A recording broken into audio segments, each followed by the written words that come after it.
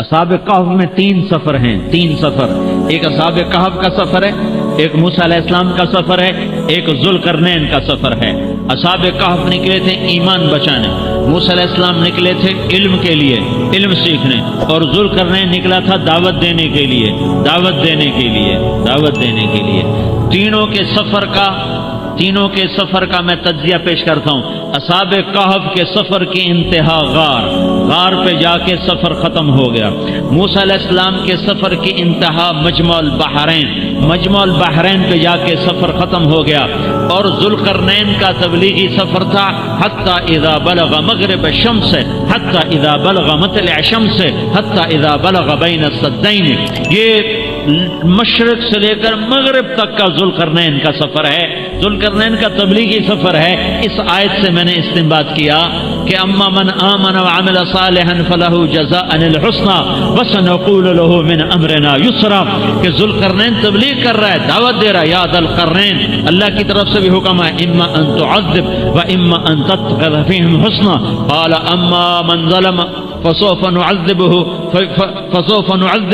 Weird الى ربه فيعذبه عذابا نكرا واما من امن وعمل صالحا فله جزاء الحسنى۔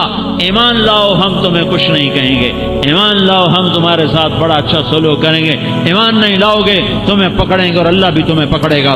ذوالقرنین کا تبلیغی سفر تھا جو مشرق تک گیا، جو مغرب تک گیا، اور بین السدین تک گیا۔ ایمان کا سفر غار تک، اور علم کا سفر مجمع البحرین تک، اور تبلیغ کا سفر سارے عالم، ساری دنیا تک، مشرق تک اور مغرب تک۔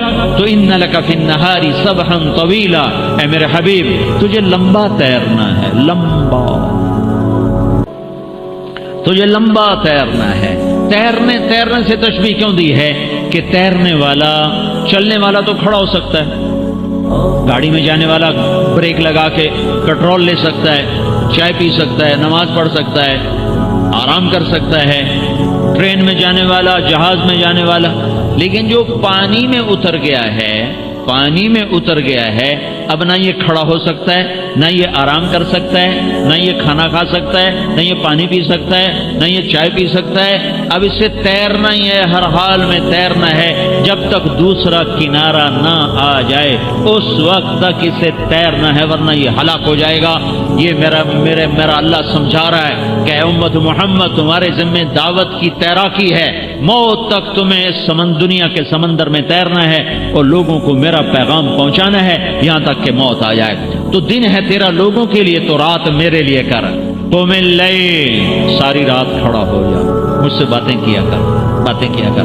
پھر اللہ کی رحمت غالب آئی کہ نہیں الا قلیلا، اچھا تھوڑا سا سو جائے، تھوڑا سا، قم اللیل الا قلیلا، تو سو جائے۔ پھر اللہ تعالیٰ کی محبت غالب آئی، نصفہ، آدھی رات میرے لیے، آدھی میرے لیے۔ پھر شفقت غالب آئی، اب انقص منہ قلیلا، اب انقص منہ، اچھا تھوڑا سا اور کم کر دے، تھوڑا سا اور کم کر دے۔ یہ عجب آیت مجھے نظر آتی ہے کہ عشق و محبت میں اور رحم اور کرم میں جنگ ہو رہی ہے۔ عشق و محبت کا تقاضا ہے کہ میرا نبی مجھ سے باتیں کرتا رہے۔ حضرت علی فرمایا کرتے تھے جب میرا جی چاہتا ہے کہ میں اللہ سے باتیں کروں، اللہ سے باتیں کروں، تو میں نماز پڑھتا ہوں، نماز تو میری اللہ سے بات ہوتی ہے، اور جب میرا دل چاہتا ہے کہ اللہ مجھ سے بات کرے تو میں قرآن پڑھتا ہوں، قرآن۔ تو یہ عجب لارڈ کا خطاب ہے، یا ایھا المزمل قم اللیل الا قلیلا نصفہ او انقص منہ قلیلا او زد علیہ ورتل القرآن ترتیلا۔ ناشیۃ اللیل کسے کہتے ہیں؟ ان ناشیۃ اللیل ہی اشد وطئا واقوم قیلا۔ ناشیۃ اللیل، رات کا ایسے گزر جانا کہ اس کے گزرنے کا پتہ ہی نہ چلے، ناشیہ، اس طرح وقت گزر جائے کہ پتہ ہی نہ چلے، اس کو کہتے ہیں ورنہ اللہ تعالیٰ کہتے ہیں ان قیام اللیل، یہ ہونا چاہیے تھا، ان قیام اللیل هو اشد وطئا واقوم قیلا۔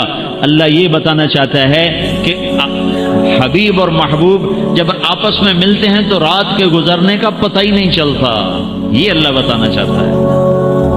جب حبیب اور محب ملتے ہیں جب حبیب اور محبوب ملتے ہیں تو ان کو وقت کے گزرنے کا پتہ نہیں چلتا، وہ ایسے گزر جاتی ہے رات، ہیں اذان ہو گئی، اذان ہو گئی۔ ان ناشئۃ اللیل، یہ ناشیہ کا لفظ بتا رہا ہے کہ حبیب و محبوب میں ایسا تعلق ہے کہ رات کے گزرنے کا پتہ ہی نہیں چلتا کہ گزر جاتی ہے، اور دن چڑھ جاتا ہے، پھر جدائی کا وقت آ جاتا ہے، پھر تبلیغ کا وقت آ جاتا ہے۔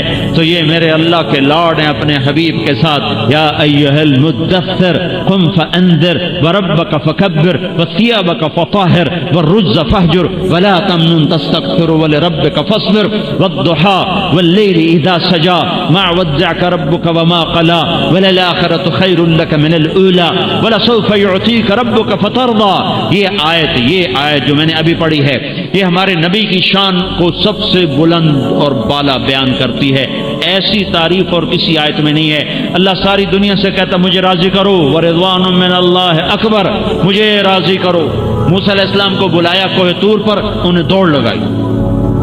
اللہ نے پوچھا ما اعجلک عن قومک یا موسیٰ، موسیٰ تو دوڑ کے کیوں آیا ہے؟ تو موسیٰ علیہ السلام نے کہا یا اللہ عجلت الیک رب لترضی، میں نے دوڑ لگائی ہے کہ مالک بلائے اور نوکر دوڑ لگائے تو مالک خوش ہوتا ہے، مالک خوش ہوتا ہے کہ میرا نوکر بھاگ کے آیا۔ یا اللہ میں بھاگ کے آیا کہ تو راضی ہو۔ ان کے لیے اس وفاؤں والے اللہ کو نہ چھوڑو جنہوں نے بے وفائی کرنی ہے، ان کی وجہ سے وفاؤں والے محمد مصطفیٰ صلی اللہ علیہ وسلم کا دامن مت چھوڑو۔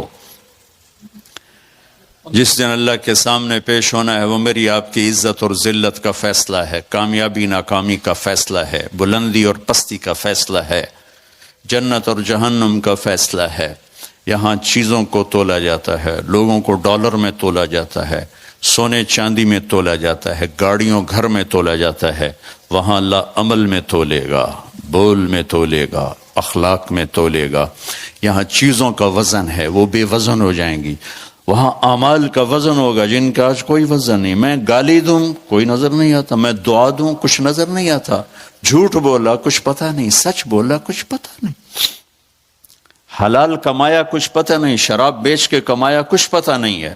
دونوں طرح نظام چلتا ہے، شراب کے پیسے سے بھی گھر چلتا ہے اور محنت مزدوری سے بھی گھر چلتا ہے، لیکن اوپر ایک سسٹم چل رہا ہے۔ اقرأ کتابک کفی بنفسک اليوم علیک حسیبا، یہ پڑھ، تیری زندگی کی دیوار پر سب کچھ لکھا ہوا ہے، تیری زندگی کی کاپی پر سب کچھ لکھا ہوا ہے۔ آج عمل تو لے جائیں گے۔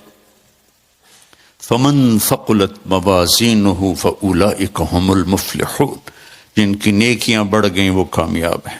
ومن خفت موازینہ فاولئک الذین خسروا انفسهم فی جہنم خالدون، جن کی نیکیاں گھٹ گئیں وہ ناکام ہو گئے۔ یا ویلنا من بعثنا من مرقدنا، کہیں گے ہائے ہم اٹھائے ہی نہ جاتے، ہم اٹھائے ہی نہ جاتے۔ تو جب کسی کا اعلان ہوگا کس کی نیکیاں گھٹ گئیں، میرے نبی نے فرمایا کہ اس دن کا سب سے خوفناک ٹائم، سب سے خوفناک پیریڈ ہے جب اللہ بلائے گا طارق جمیل کو بلاؤ، زینب کو بلاؤ، فاطمہ کو بلاؤ، سکینہ کو بلاؤ، اسلم کو بلاؤ، شاہد کو بلاؤ، آتیتک خولتک انعمت علیک، تین باتیں اللہ فرمائے گا، تجھے دیا اور بہت کچھ دیا اور موت تک دیا۔ ماذا صنعت فیہا، آج کیا کر کے آئے ہو، کیا لائے ہو؟ نہ جھوٹ بول سکتا ہے نہ بھاگ سکتا ہے۔ این المفر، کدھر جاؤں؟ تو جس کا نصیب ہارا اس دن اور اس کی نیکیاں گھٹ گئیں اور اس کے گناہ بڑھ گئے تو ایک اعلان ہوگا، فلاں فلاں کا بیٹا بیٹی